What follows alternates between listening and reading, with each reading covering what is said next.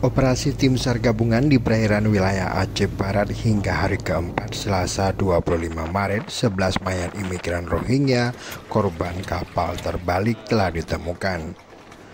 Para korban merupakan rombongan ratusan pengungsi Rohingya yang menjadi penumpang kapal kayu yang mereka gunakan dari kamp penampungan di Cox's Bazar, Bangladesh menuju Indonesia.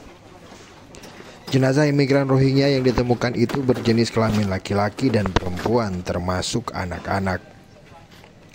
Kepala Basarnas Banda Aceh, Ibnu Haris Al-Husin mengatakan jenazah yang telah dievakuasi kemudian diserahkan ke rumah sakit untuk dikebumikan.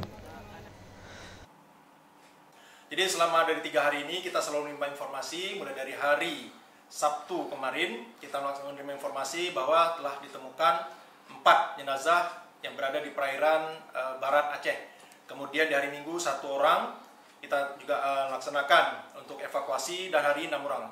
Jadi jumlah total dari seluruh korban yang telah kita evakuasi di perairan barat Aceh sampai dengan hari ini itu berjumlah. Sebelumnya UNHCR dalam pernyataannya menyebut bahwa puluhan pengungsi Rohingya diyakini meninggal atau hilang akibat kapal yang mereka tumpangi terbalik pada Rabu 23 Maret di perairan Aceh Barat.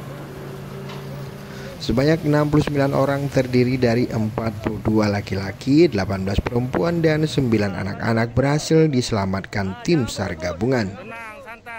Sehari sebelumnya, 6 imigran Rohingya diselamatkan oleh nelayan setempat setelah mengapung di laut.